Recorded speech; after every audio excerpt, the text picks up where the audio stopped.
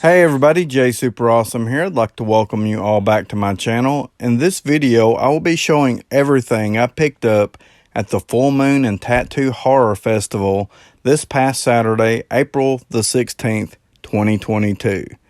I actually didn't pick up a lot of stuff this go around, but I did get to meet and talk with a lot of horror celebrities. So I will be showing all of my autographs and photos that I was able to get, along with the few other things that I was able to pick up. But before I get into all of that, I wanted to take a moment to thank all my subscribers. I recently hit 1,000 subscribers here on the channel, 1,006 as of the recording of this video. Thank you all so much for watching the videos and supporting my channel. It's been a long, hard road. It's been a lot of work, but it's been a lot of fun, and it's been worth every minute of it.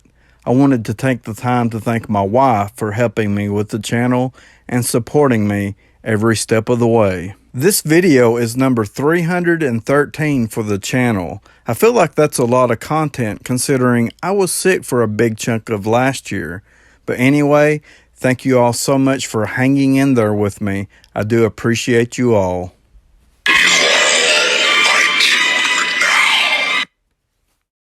First up, I got to meet and talk with Doug Bradley, who is famous for his iconic role as Hellraiser's Pinhead.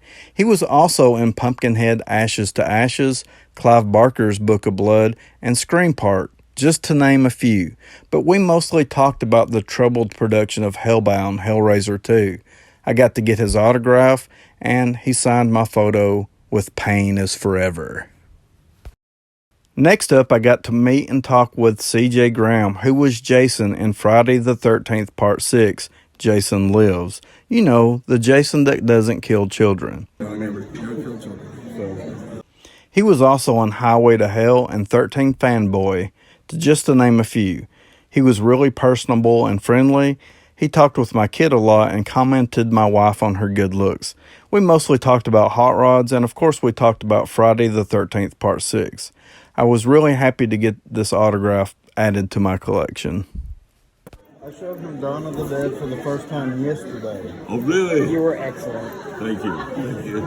You were my favorite character in the entire movie. Thank you. Well, it's my favorite movie, and you're my favorite character in the movie. So. Thank you. Thank you. Well, welcome to the world. I absolutely love it. Next up, I got to meet and talk with Ken Forhey, who plays as Peter in the original Dawn of the Dead, my favorite movie of all time. He was also in Rob Zombie's version of Halloween, Leatherface, The Texas Chainsaw Massacre Part 3, and From Beyond, just to name a few. I was a little nervous with this one, which is kind of odd for me considering how many celebrities I have met and talked with over the years. But this was Ken Forhey, my favorite character from my favorite movie of all time, the original Dawn of the Dead. We mostly talked about Dawn of the Dead and how groundbreaking it was for its time. We also talked about George Romero and Stuart Gordon, two of my favorite directors. I got him to sign my photo with "We whipped them good." We whipped them. We whipped them good. Whipped them good. Heck yeah. Next up, I got to meet and talk with Felicia Rose, who of course was Angela from Sleepaway Camp. She was also in Camp Dread, Tales of Halloween, and A Nun's Curse, just to name a few. Out of all the conversations I was able to have, this was by far the longest and most in-depth conversation I was able to have. She was just so friendly, as was everybody I got to meet and talk with. She just seemed to light up the entire room with her presence. Of course, we talked about Sleepaway Camp, but she was also really interested in my YouTube channel, so I thought that was really cool. I'll say, let's go swimming. Yeah. Thank you. Yeah, this was like the box cover for part 2. I know, that was kind of strange. Yeah. But it's iconic image, though. I was like, oh, I want to do it too. I was so happy to get her autograph. She signed my photo with "Let's Go Swimming." So that's really cool. Now this is actually an image from Sleepaway Camp Part 2. Now she wasn't in that movie. She wanted to be. We actually talked about that. But this image is so iconic. She wanted to be able to do this photo, and I was really glad that she did. I thought it turned out great. Next up, I got to meet and talk with Andrew Devoff, who was the Jinn in Wishmaster 1 and 2. He was also in Stephen King's Graveyard Shift, Full Moon's Oblivion Part 1, and Oblivion Part 2, Backlash. He was also in a movie that I absolutely loved called Adrenaline Fear the Rush. I've never heard anybody mention that one. We mostly talked about Wishmaster and how the Jinn was killing off the other horror icons such as Reggie Bannister, Kane Hodder, Tony Todd, and of course Robert Englund. I thought was really cool about the character was you were killing off the other icons along the way, like Kane Hodder, and that was just cool. Robert Englund. They were, and Tony Todd and Reggie Bannister. They were real cool. They came down and they supported the movie and the idea of it. I was really happy to be able to add his autograph to my collection, and he signed it with "Make Your Wishes." How about Make Your Wishes? Yes, that'd be great. Next up, I got to meet and talk with Lisa Zane, who was in Freddy's Dead: The Final Nightmare. She was also in The Nurse and Monkey Bone, just to name a few. We, of course, talked about Freddy's Dead. She talked about it being hard work making the movie, but it was also a lot of fun doing it. We also talked a little about Alice Cooper, but I was really happy to get her autograph. I thought this was a really cool photo of her and Freddy.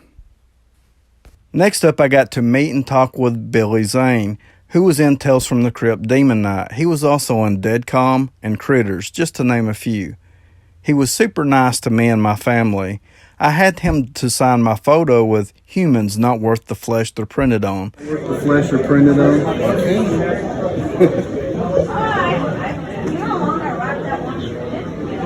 My line, by the way. Yes, I know. No, I mean I read it. Oh, awesome. Even better. How often do you have people to ask you to sign that quote? A few. Sometimes they want blank this cowboy blank.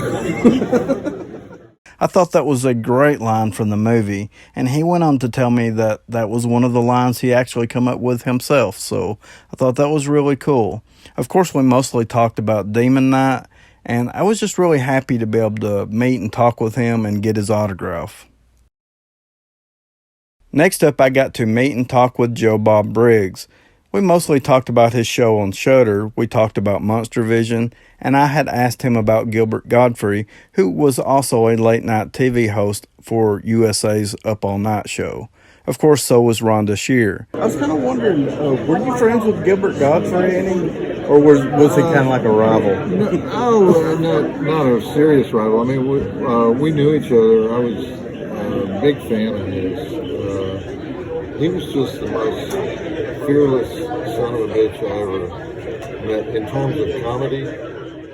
We had a good conversation about Shudder Originals, which basically boiled down to he would actually like to do them, and I would actually like to hear his take on more modern horror movies that are coming out, because Shudder has some really fantastic Shudder Originals coming out, and I think it would be fascinating to hear his take on more modern horror movies. After doing so many classic horror movies all these years, it would be really interesting to hear what he had to come up with. But he was a super nice dude, and I'm really happy to have his autograph in my collection. Last up, I got to meet and talk with pencil artist Ricky Blalock, and let me just tell you, he had some fantastic artwork to choose from, so much so I had a very hard time choosing. The Phantom of the Opera photo was the first picture that really caught my eye. I knew right away I was getting that one. My son picked out the Ken Foree Dawn of the Dead picture, and there was no way I was leaving the Alice Cooper and Jason picture behind. I had to have it. So I guess if I really think about it, it wasn't all that hard of a choice. I guess I really would have liked to have had a lot more, but we all had to have a limit at some point. Anyway, I also picked up some of the monster magazines he had for sale. These magazines have so many fantastic articles, and I can't wait to dive even deeper into them. And finally, I was able to pick up 3 slasher movies on DVD. I picked up Drive-In, Generation Axe, and Creeper. Of course, as you all know me, I'm a huge sucker for slasher movies, so I had to add these to the collection. And with that, that's going to do it for this video. Be sure to like, subscribe, comment below. Let me know what you think about the video. And as always, I would like to thank you all for watching.